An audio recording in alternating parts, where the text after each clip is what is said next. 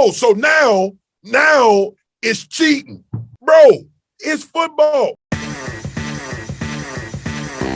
Yo, we back. And there's so much to talk about. I wanted to do a long intro, Brody, and I wanted to talk to you about what happened this week. But we got a lot to talk about today. But you know we will never start this podcast without saying it's so good to see you, little big bro. A week is too long. Look, bro, I look forward to it. I look forward to it every week, bro. Hey, you ain't the only person. Listen, bro. First of all, you looking slim. You looking real. You looking real. You looking real slim. I'm just letting you know. I don't know. I don't know if it's the white, because you know sometimes the white lip make it slim.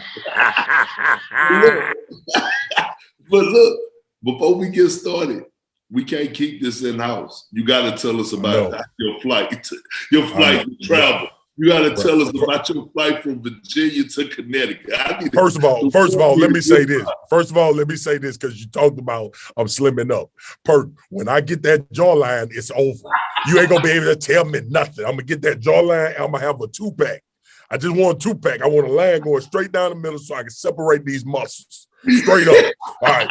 Let me get on this flight real quick, because I got to ask you about some things that's going on in your world right now that I'm concerned about. So usually my flight on Monday, I leave Bristol, a quick flight. It's to Hartford. It's a quick flight from where I'm coming from. And I get to the airport, bro, and I get a text message from United.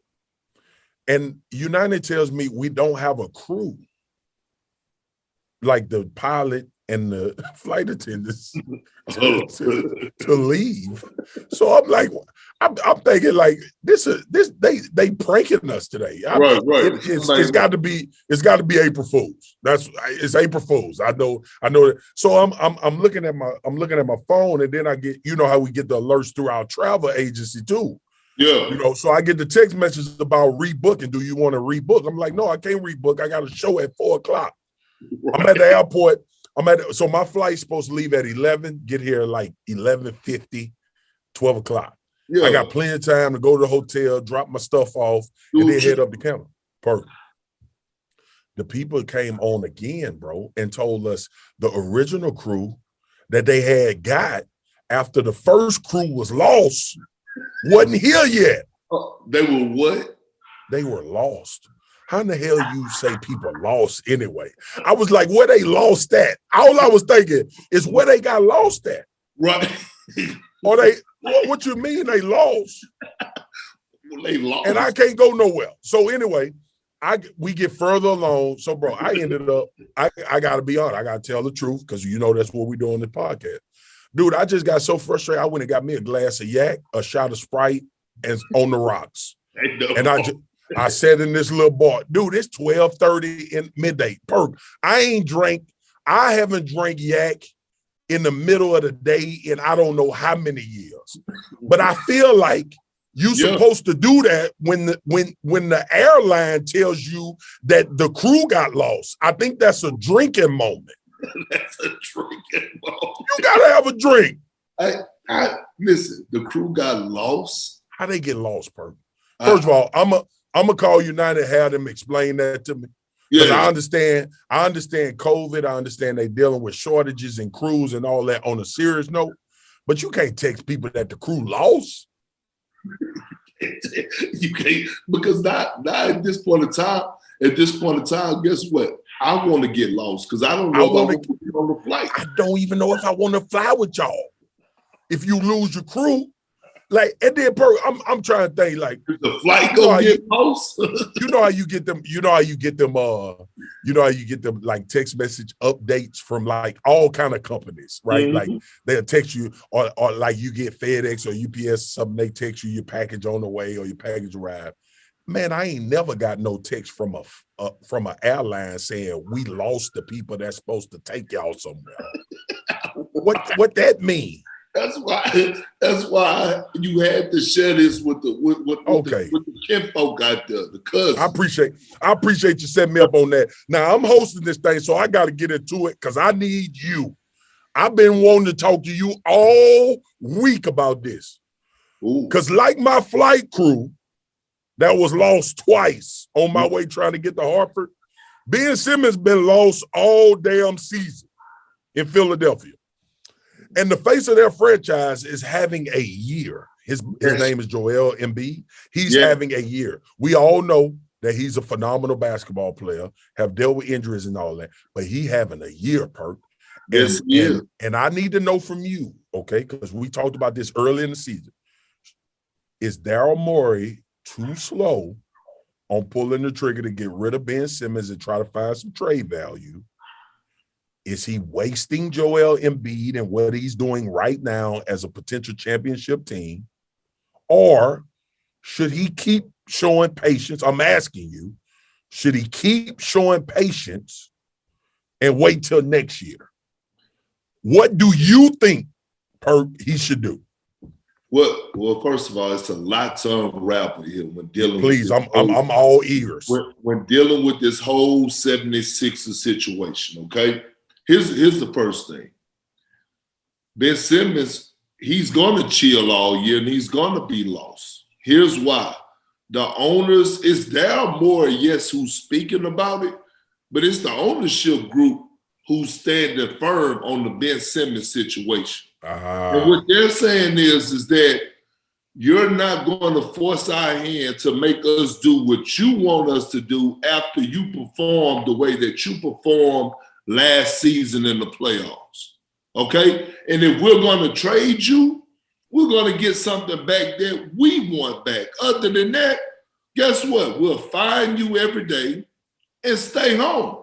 Yeah. And so what's happening with that situation is that. Hold on, bro. Let me ask you this, because you said something I want to ask about. So if he would have balled in the playoffs, this trade would be already made. No, listen. Okay, all right. No. What he did in the look, the Philadelphia 76ers had no intentions on trading Ben Simmons. Right. We all been talking about breaking that up. That's right. Everybody been talking about breaking it up. Are they able to coexist? Right over the past few years. Remember, Ben Simmons is the one that requested the trade. He wanted out, right? Okay. So what you got going on right now is you have the ownership group of the Philadelphia 76ers saying, nah, we're not about to keep doing this. We ain't doing it. Nah, we're not about to keep doing this. And I knew it was going to come upon the time where ownership group was going to do what? They was going to say, enough is enough. I'm tired of these players forcing their way out. No, we're not having it. And so what's happening is this, follow my drift. Other owners from other organizations, they telling them, stand firm.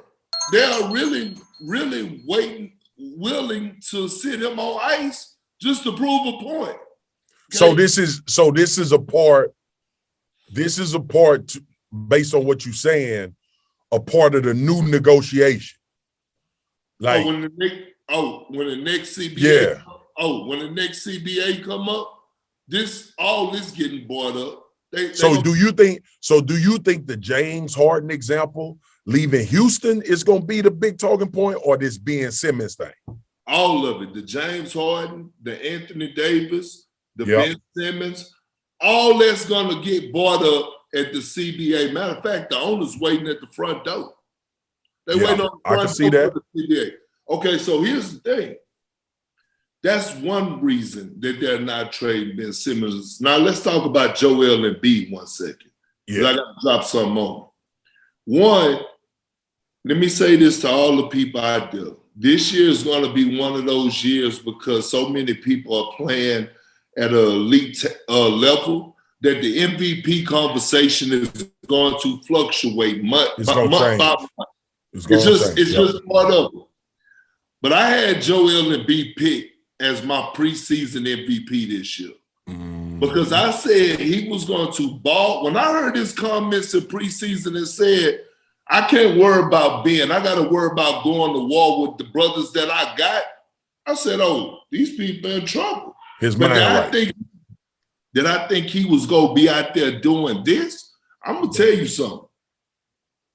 When it comes to skills, offensively, Joel Embiid, and I'm dropping this on Swagu and Perk, Joel Embiid is the most skilled big man this game has ever seen offensively, period. Center-wise, we have never, ever seen a center like this. He has athleticism for his size. He can shoot the mid-range. He got turnarounds over both shoulders, footwork on the low block, quick spins, dunking on you. He's shooting 40% from the 3, Euro steps. Yes, Dan. Yes, Dan. Because I see Dan all up in our, asking me, is he more skilled? Our producer, Dan. Yes, Dan, he is. Okay, we keep it real on here. He's more skilled than Jokic. Yes, when it comes down to the complete package. That's not taking anything away from Jokic. I'm talking about just physically getting a bucket. That's okay, cool. Hey, Perk, to your point, if we could transfer Joel Embiid's skills to Giannis Antetokounmpo, he'll be the greatest player to ever play basketball. You really came with it today. I'm telling you, if we could transfer his skill to Giannis and what Giannis is athletically, Giannis would be hard to argue that he's not the best NBA player we've ever seen. Not there. I mean, I knew you, bro, because I have so much extensive knowledge on basketball, not from the concept of just jumping high and running fast, and because people gonna argue, well, Dream was skilled and Jokic is skilled. Joel Embiid, unfortunately, got a big man body, but he a guard. He a guard. It's Joel Embiid and KD, and then it's everybody else. Yeah, I agree with that. Now let me tell you about this trade situation with Daryl Morris saying they're willing to wait till the offseason. See, let me tell you what's going on. See, Daryl Morris. You spilling the tea. I like when you spill the tea. I like when you spill the tea. Let me tell you what's going on. I be wanting to know the back door. I waited for this. I wasn't dropping this on no other show. This was getting dropped. Yes, sir. Here it is. James Harden camp. Okay. If people could come and say that's cap, this ain't cap, and I don't. This is real life. James Harden camp is delivering to Daryl Morey and the Philadelphia 76ers that he has serious interest in being in Philly next season. As he should. Because what happened was, and look, this ain't take a rocket scientist to see all this transpire. I want you to hear me out on this, Swagu, and tell me your thoughts. All right. Before the season, the Brooklyn Nets were supposed to sign KD, Kyrie, and Harden to contract extensions. Yep. Before the season. KD signed his, and then everything went left with Kyrie Irving because he didn't want to get vaccinated. Because what's going on for us, that situation? We already know James Harden comes out and says, I never tested free agency. I'll wait. Yep. Okay. Now you'll wait. Let me say something. Because I got to say something. This is what I love. I love when we like this. That James Harden know that thing in Brooklyn fragile. That's fragile, bro. That's a fragile situation. And what James Harden is saying to himself is, I'm gonna come here, but this still gonna be KD championship. Right? Like as good as he is, and as much it's still gonna be KD's team and KD's championship. If he goes and plays with Joel Embiid, that'll be for the sake of trying to make an example. That'll be Kobe and Shaq. Mm-hmm. It'll be that type of reverence for both of those guys if they deliver the championship to Philadelphia, right? Mm-hmm. I look at Brooklyn, and I'm gonna get back to you. I look at Brooklyn and I say to myself, because of Kyrie, and I'm not just talking about vaccination, because of Kyrie, irrationality sometimes, and KD will, wherever KD go, it's going to be KD's show. Mm-hmm. And I'm thinking about James Harden, and if you make it a business decision and a basketball decision and a legacy decision, Philly might be the best place for him. Might be the best place for him. But everything that you see, I knew it was something about everything. How you came on here, you look slim, and you looking real slim. You got the fresh frames on and all that. I knew you was on. I knew you was that on. tracking number too. You got that tracking number. I saw. Tell America, because you called me out last week. Tell them you got my tracking number. They on the way. Hey, look. Let me tell you. So if you're Joel Embiid, right? Yeah, you know you got some warriors with you because Philly is still balling. Like, no, they're gonna win a championship. I hardly doubt it. You know what I mean? You know, unless Tobias Harris could get his act together and help Joel Embiid and act like he's getting paid $190+ million, then I don't know. You know what I'm saying? But I do know this. I do know what Joel Embiid is doing. He's auditioning, and not for other squads. He's auditioning and saying, "Hey man, I'm attractive. I'm a dime piece over here. I'm a dime piece. You want to come over here and holler at your boy? Come holler at me. You want to come play with me? I'm gonna show you I can give people this work." So now James Harden over there looking like, hold on now, you know what I mean? They got shooting, the big fella around here putting in work. Yeah. The Philly, man, like Philly, you know what I'm saying? My ties with Meek Mills and all that. Like, I'm just saying. And look, the other day, then I'll let you have it. Just the last game, they just played the Minnesota Timberwolves and they lost. You know what question they asked James Harden after the game? Why weren't you aggressive in the fourth quarter? I don't even think he attempted a shot. See those hidden messages right there, Swagu, big bro. People don't catch that. I see all through it because I'm looking for those hidden messages. Bro, listen. They right there in front of our face. First of all, you know I rely on you a lot for like inside basketball information with the players. Because you talk to these dudes. They got mad respect and love for you. And you get information that a lot of people can't get in confidentiality. Some stuff you can't say on the podcast because of y'all relationships. And I respect that. But when you do talk about the things that you can, and that, you know, on the strength of y'all relationship and keeping it G, I listen to you and I understand what you're saying. And see, the last point you made about his ties to Philly and that area, that's becoming more and more prevalent for these basketball players, these ownership groups, these staffs, everybody. Y'all better start paying attention to what these dudes doing outside of your basketball organization.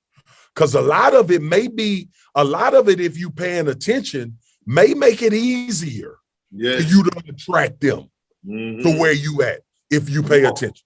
So I love that point you made about the ties and all of the things. Because look, James Harden, and I don't know, everybody want to make more money. Everybody want to keep bringing the bag in. But I think James Harden, he got to be at that point in his career where the championships elevate over everything. And if you surveying the landscape, one question you asking is where your current situation, with all truth, and I don't care about the Kyrie people, you don't know if Kyrie gonna be there. You don't know. And I'm not saying that to throw Kyrie under the bus. The reality is you have no idea what Kyrie Irving gonna do. Yes. So if you thinking that Kyrie is a part of your championship run, And if you don't get it done this year, you have no idea if you're going to still look like this come this time next year or the year after that. While you in the middle of your Chase championship reign as a basketball player. You've done everything else. He done led the league in points, MVP voting, MVP, all of that. James Harden in championship mode. CSX Transportation is an industry leader on the move. The railroad company has immediate openings for freight train conductors. Join the CSX team and start your paid on-job training today, earning nearly $25 per hour with no degree required. If you're safety focused with the passion for great service, you've got what it takes to move your career forward at CSX. Apply at csx.com/careers. That's csx.com/careers. CSX is an equal opportunity employer. All right, Perk. Speaking of championship mode, hey, bro, we got to get to this, bro. We're gonna make a hard turn to that football. Because Perk, I swear to God, bro, and I don't do it a lot. Because all I hear my grandmother say, boy, you better stop using the Lord's name in vain. That's all I hear when I say I swear to God. Perk, I want to hear you first, and then I'm going to finish it because I don't have a lot to say on it outside of just being a fan of football. Perk, the Bills-Chiefs game is the greatest football game I've ever seen in my life. It was 25 points scored in the final 2 minutes of that game. Perk, it is the greatest display of football I've ever seen in my life. Yes. And I love defensive games. I'm not one of them dudes where if a game end up 12-9 or 12-8, I'm mad. No, that could still be a hell of a game. Mm-hmm. But last night showed me why offense sell tickets. Yes. Buddy, I want to hear from you as a fan. I don't want Perk, the dude that know a lot about football, and we got to start telling our audience that you know a lot about football because, you know, like me in basketball, we always going to couch it, Perk, in, well, you know, I don't know basketball, and then I go off to give you a lot of details about basketball.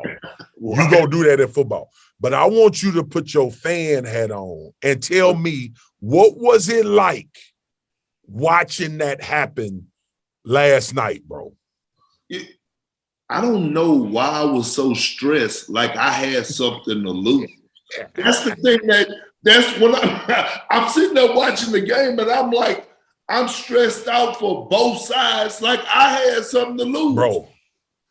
It was the, first of all, to me, it was the greatest weekend that I've seen in football. Yeah. You're talking about 3 game-winning field goals. 3. Mm-hmm. Well, 2 game-winning field goals, I believe, 1 game-winning touchdown. Yep. And, dog, that Kansas City and Buffalo game, from a fan point of view, buddy, the quarterbacks, the transition of the quarterbacks, okay? Being able to be a dual threat quarterback is what I got the most out of it. Those two, being able to throw along with being able to run that rock and move with your feet. If anybody want to say anything different, they'll lie. Because I witnessed Josh Allen and Patrick Mahomes on drives that I thought they didn't have a chance. And when guys wasn't open, I watched both of them guys go get it out the mud, and they went and got it. Music. Good. I'm talking about and taking hits. Bro, I'm sitting on the couch in the front room, and I'm like, dog, I didn't want the game to end. Bro, I didn't want it to end. Same. I was stressed out, and I'm like, why the hell am I stressed? I don't have no family member, nobody, or no partner. Why am I stressed? It's just the anxiety. Because to be honest, bro, to be honest with you, this is one of those times where I thought as a fan, and I know both teams deserve to win. Like, both quarterbacks deserve to win. Like, the way that they willed that and wanted that, dog, I was just sitting back saying to myself, man, God, man, like, it was a beautiful thing to see. So here's my thing. This is what I want to ask you about it. Yeah. Because I've been hearing a lot, and I know we didn't want to talk about it, but I need you to address it. I got to have you address it in real life. In real life, it's Swagu and Perk. That's what we do. So the towing cost happens. The Chiefs selected to get the ball. They go down, score a touchdown, game over. Now all of a sudden I see all over the internet and these questions, should the NFL change the rules? I need to hear it straight from you. No. Hell no. Okay. They shouldn't change the rules. Okay? Somebody got to make a play. And I think speaking from, like, if you're on the other end of the loss, right, and you lost the coin toss, obviously you're going to feel a certain type of way. We would have had an opportunity. No, your defense went out there. This is a three-phase game. Special teams, offense, defense. It's a three-phase game. Anytime one of those units are on the field, you got equal opportunity to make plays. I've been trying to explain this to people, bro, but this is what pissed me off about it. I ain't hear none of this when Pittsburgh ended up in a tie earlier this year. Nobody was saying that. Nobody was saying, the game. I'm even more for the game shouldn't end up in a tie. Start kicking field goals. First one missed, they lose, or something like that.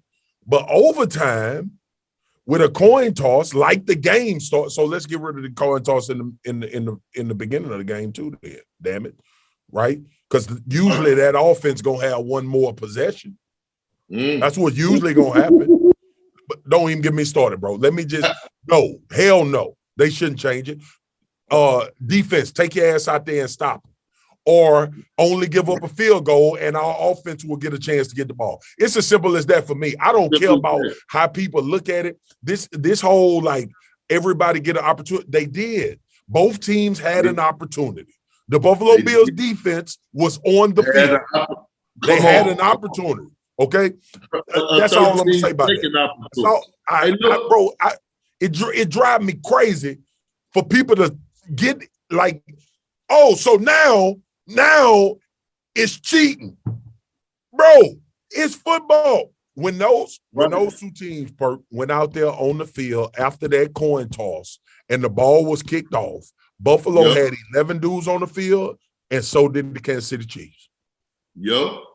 They did. They had the same amount. But so I just wanted to hear from Swagu himself. Yeah, bro. I can't allow for the sake of Swagu and Perk podcast, I'm not going to allow that to be a debate. That ain't a debate. That is. I know.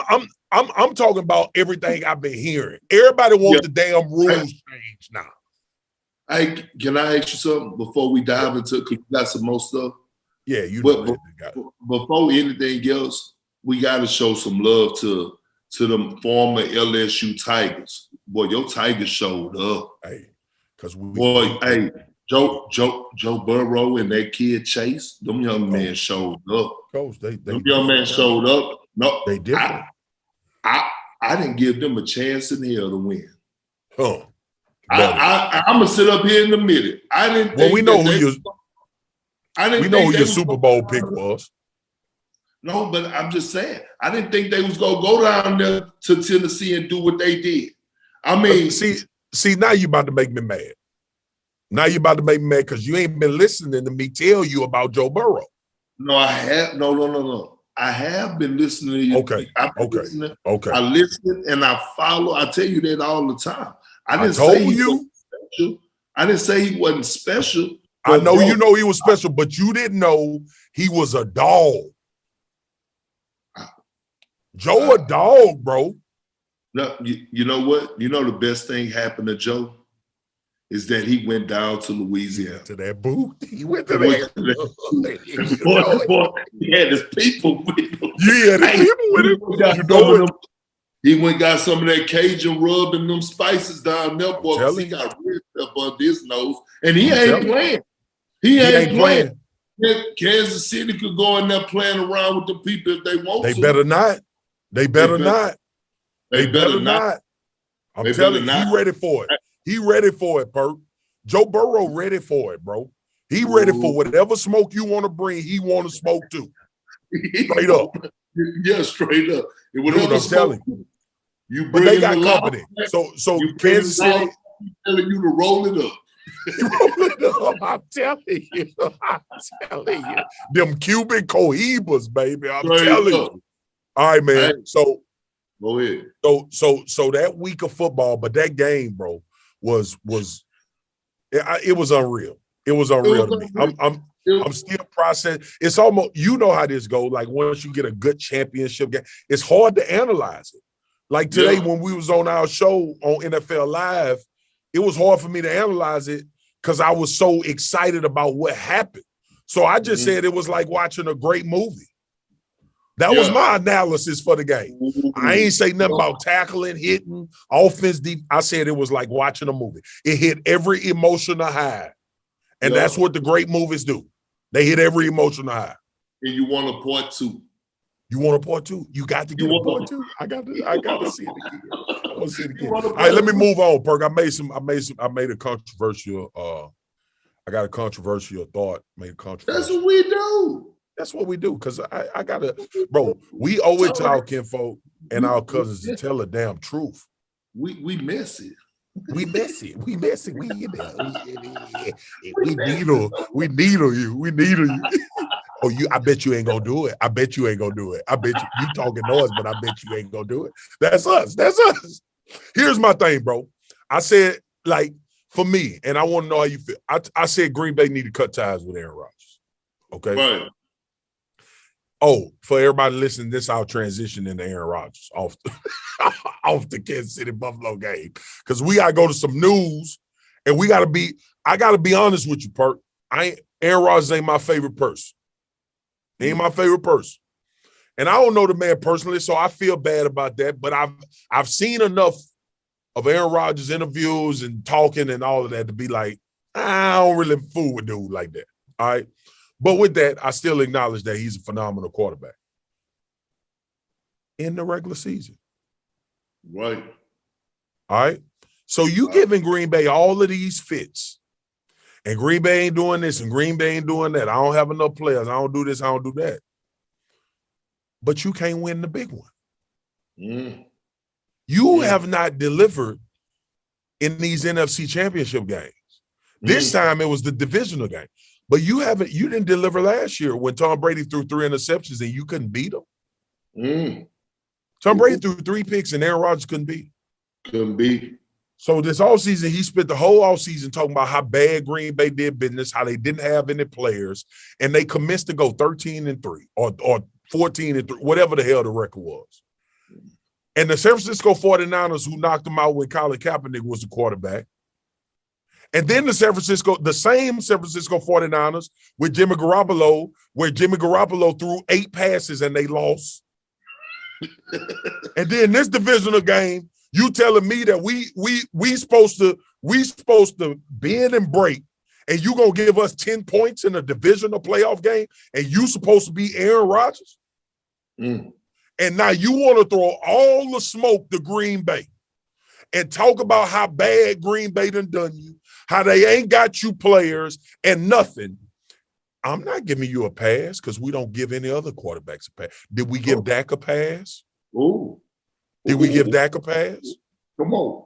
Come on. Did we give Lamar a pass? Come on. Did we give any quarterback that we consider to be elite or top 5 generation? I hear all these terms thrown around, which some I agree with. Do we give them a pass if they don't do it in the moments? You know why Brady the GOAT? I tell people this all the time. Everybody get caught up in Brady, 7 championships and all of that. I'm the first to admit that Brady played on some damn good teams that sometimes get lost by the wayside of how many good players, Hall of Famers he played with that helped be responsible for those championships. But Perk, I tell people all the time, we don't judge Tom Brady on throwing for 4,500 yards and 40 touchdowns. We judge Tom Brady on 2 minutes left in the NFC Championship. Are you gonna get it done? Patrick Mahomes got bigger moments than Aaron Rodgers, and he in year 5, 6. Aaron in year 17.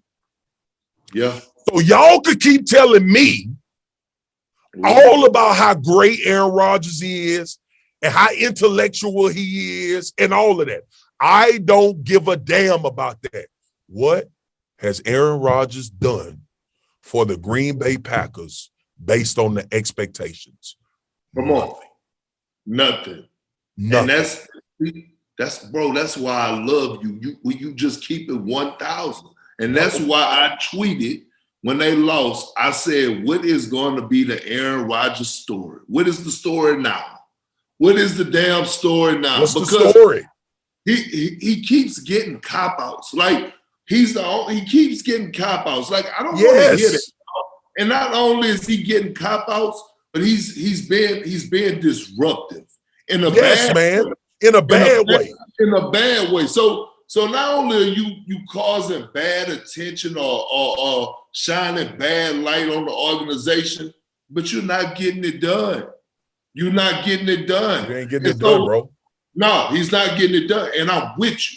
Listen, the Green Bay Packers, you may take some bumps and bruises early on, but you're right now, just move on and go right into rebuilding. Or if you feel like you get somebody else in place that you don't have to go to rebuild, that you could just be a playoff team, then do that. But move on from him. Move on, bro. Move on. You don't want to go through this every year. I don't know in what world, bro. I don't know in what world you could be beloved. These people paying you crazy money. They succumbed to all of the requests you made in the offseason. They went out and got Randall Cobb for you. The defense got better. He went crazy on the general manager, Brian Gutekunst. Brian Gutekunst has been the general manager for a team that has been in the playoffs year after year after year after year. And I know Aaron Rodgers got a lot to do with that, but what the hell do we expect from Aaron Rodgers? To win a damn Super Bowl, not losing the playoffs, not losing the NFC Championship game, and damn sure not score only 10 points against the San Francisco 49ers. Now, I want to give the 49ers credit because they played a hell of a defense. But Aaron Rodgers, you're supposed to score more than 10 points. Yeah. And you're supposed to. Don't point the finger at the special teams. And don't point the finger at the weather. You've been playing in this weather all your damn life. Okay. I don't want to hear it. Perfect. I'm out of F's to give when it comes to Aaron Rodgers. You out of what? F's. You out of what? I'm out of F's. I'm with you on that. I'm out of it, bro. I've been tired of it, but I have to talk about it because it's my job. I've been tired of it. Dude, you cannot kill your franchise. Do what you did this offseason and go score 10 points in the division round of the playoffs. No. And you're supposed to be considered the most talented thrower of the football in NFL history. That's what they say. Now, I ain't never said that, but that's what they say. I heard them say it. You heard them say it. Shout out to Odell Beckham and Odell Beckham Sr. too. Man, hell yeah, man. Yeah, boy, Odell Beckham Sr. got to be smiling from ear to ear because they said he was washed. They said he was done. Man, that man shine like new money. Because he a baller, Perk. Odell Beckham Jr. is still a top 10 receiver in the NFL. Say it again. But he's still a top 10 receiver in the NFL. But like I say all the time, Perk, and we're gonna leave it at this. We're gonna move on because I got a good story for us to end on because I feel like we've been giving some smoke out. I'll say this. Everybody, when it comes to Odell Beckham Jr., it ain't no damn wide receiver jersey hanging up in them stadiums, and the quarterbacks ain't right next to it. All right, let's move on. Straight up. Let's move on. Straight up, let's move Baker on. Mayfield would have had OBJ in damn Canada. Baker Mayfield would have had OBJ in Canada. Come on. People really thought the man couldn't play the position no more because his quarterback was that bad. That's great. No, that's right, we wasn't even supposed to talk about that, Perk. But yeah, I know, but we just gave a shout out Odell Beckham Jr. Yeah, we had to shout him out because he turned this thing around. Perk, I got to go to this feel-good story, bro, because it's phenomenal. We both love women's basketball. All right. I'm married to a hooper. Who played in the WNBA, my wife.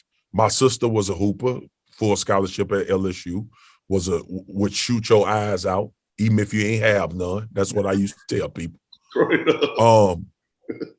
Ayoka Lee, I believe is her name, from Kansas State, Perk.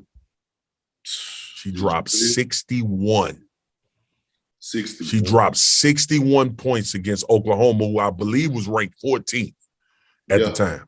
She a 6'6" big. She fit 23 for 30, bro. She missed 7 shots out of 30. All right. And I know the narrative, because I know we got to roll, but let me get into this, bro. If you love basketball, you should love women's basketball. Preach. It's great basketball. Now, Ayoka brought me to this point, but I've been on this. I've been a soldier for women's basketball since I couldn't even pronounce her name, but Tisha Pinachero. Okay. All right. That was my favorite player growing up. Yeah. Her and Dawn Staley was my favorite basketball players growing up. I used to look at them hoop. I used to be like, I used to want to hoop and dribble like Dawn Staley. I wanted to dribble and hoop like Dawn Staley. That's how long I've been in the women's game. All right. Right. We'll get it. We'll dive deeper into that on another podcast. But Perk, talk to me, man. 61 points. I felt like it needed to be talked about. Cause if LeBron would have went out there and had 61 points, we'd have led every show on every network. Or if a male basketball player would have had 61 points, we'd have led every show with it. 61 points in a 40-minute game. Okay, that's the first. Talk to me, 40 minutes. Okay, first of all, shout out to teammates and coach. Because when a player got it going, and now I'm about to dive into it, when a player like Lee gets it going and she got it going down there in the low paint area, because none of those 61 points were threes, they were all gangster inside. Which makes it even better. Deep seals, getting big, elbows high, keeping it high, finishing. When you see that type of work, you start to feel a certain type of way. Yeah, you do. Because she was down there in that paint working, sealing, asking for it. People don't understand. First of all, the 61 was outstanding. But you got to go, if you haven't saw it yet out there, cousins, Kim folks, whatever y'all want to be called, we all with it. We love y'all. But if you haven't saw the 61, you got to go see it. Because people take for granted the positioning you got to get. The right times you're ducking in, making yourself available for the basketball, and it's coming in, and you're catching the basketball cleanly with somebody leaning on you. Yes, sir. You got soft hands and you're able to go soft touches with people bodying on you. That's not easy to do. It ain't easy, bro. Just because she made it look easy, that's not easy to do. But I love that you said that. I love that you said that coming from a big that played in the NBA and a champion. I love that you said it. It's difficult. No, they don't understand, dog. I'm trying to tell you, when you down there banging in that low block, she had 61, and that was all in the trenches. Not one 3-point shot. Meant that. Ayoka, we giving you mad love because you deserve it. Sprinkling. We throwing straight up. We throwing. I love Perk. You know why I love that story too, bro? You know why I love that story? Because She dropped a casual 61, but she done had 40, 38, and 38 already this season. So it's time to start paying attention. Hey, cousins, kinfolk, I'm telling y'all, if you like, I get it. You want to see the high jumping and the running and dunking. By the way, women doing that too now. Yeah, if you've been paying attention. But ultimately, if you consider yourself a basketball aficionado or a basketball person, go check out the women's game. And I've always said this, Perk. Consistently, they shoot way better than men. They play better basketball. They play a better brand of basketball, bro. They do sharper passes, all that, dog. People don't. Like, this ain't nothing we making up. You could just. I'm telling you, dog. I came up. I don't even care if you coach in AAU, middle school, whether it's men's, boys, or whatever. If you want to see how to show a team how to play the right way, go put on a women's game. That's 100%. All you have to do. 100%. I come from the Simone Augustus era. Simone Augustus was at LSU, one of the best hoopers I've ever seen, male or female. She's one of the best hoopers I've ever seen in my life in person. And I know for a fact that when women play basketball, it's a better brand of basketball. Yes. That's why when we talk about NBA basketball, we talk about players. Yeah. When we talk women's basketball, we talk teams. Yeah. And every once in a while, you get a Paige Buchers, you get a Simone Augustus, you get all of these, you get these superstars that come through and they take over the game, and you in awe of their ability and skill. But bro, we just had to give Ayoka a shout out, bro. 61 points in 40 minutes. That's hard to do in a damn biddy league basketball game, let alone college. I'm trying to tell you. Straight up. I need to know this. What was your career high when you was in high school giving people that work? I think the highest I dropped was 46. What about your 46? I know it was all mid-range, all gangster. You know I was pulling up there. I was busting their eyes. Did you know that one hand? You know it. Don't get caught slipping under there. Don't get caught slipping. Don't think something sweet. Don't think it sweet. Hey, don't think something sweet. You know what I'm saying? Ain't nothing sweet about Swagu. Boy, I'm telling you, they don't know. But look, hey, I'm glad you pulled up the footage. But look, here it is. Though. What was your high? What was your high in high school? Man, I dropped 52. Yeah, I figured it was somewhere around there. But I dropped 50 a few times. I ain't here trying to boast or brag, Swagu, but you know, man, you was the top player in the country, man. My senior year numbers was like 29, 16, and 9. That's not just broke all Shaq records in the state of Texas. Yeah.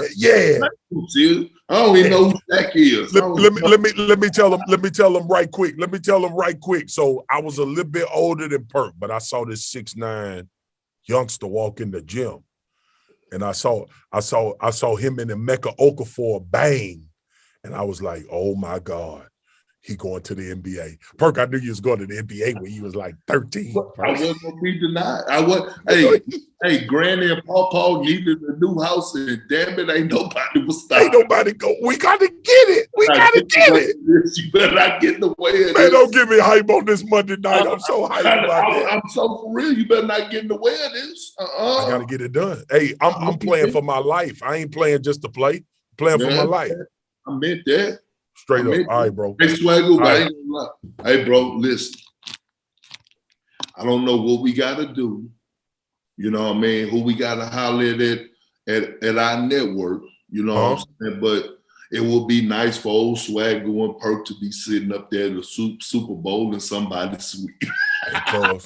Hey, cuz. I'm already pressing it. I'm also pressing that's our first in-person live podcast. Oh. Yeah. Me and you sitting there with a cigar or something, you know, burning, and we just talking, shop, you know, Super Bowl. Yeah. You gonna be on the West Coast. I'm gonna be on the West Coast. I'm just saying. All right. See, and that's how everything happened. But see, I already know how to set up. I'm gonna go ahead and throw the lob. What I'm gonna do is I'm gonna throw the lob by saying, look, listen, Swagu almost through with NFL. It's by time for him to make that appearance on NBA Today. That way you already have to be out there. You see how I said that? On the strength of my brother, I'm there.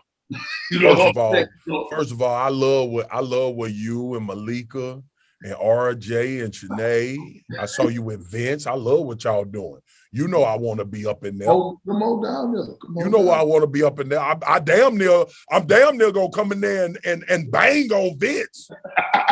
Drop that gold about 7 feet. I'm a dunk on him. You know what I'm saying? It's 10 foot now. No, they gotta drop it for me, Buck. I can't get up there. It's 10. It's regulation now. I know you still might have it, and I know you're losing a little weight. You feeling good, but it's 10. I ain't getting up there. That'll be a blown Achilles quickly, bro.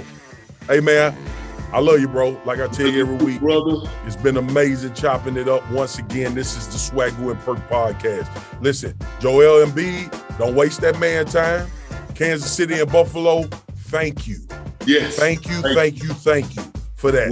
Hey, yo, Green Bay, make your next move your best move and go and start planning for your future. Not real talk. Last but not least, Ayoka Lee, 61 and 40 minutes, sis. No Keep third. applying pressure. No threes. All in the paint. Oh. Yeah. I'm out, bro. I'll talk to you. This is Swagu and Perk.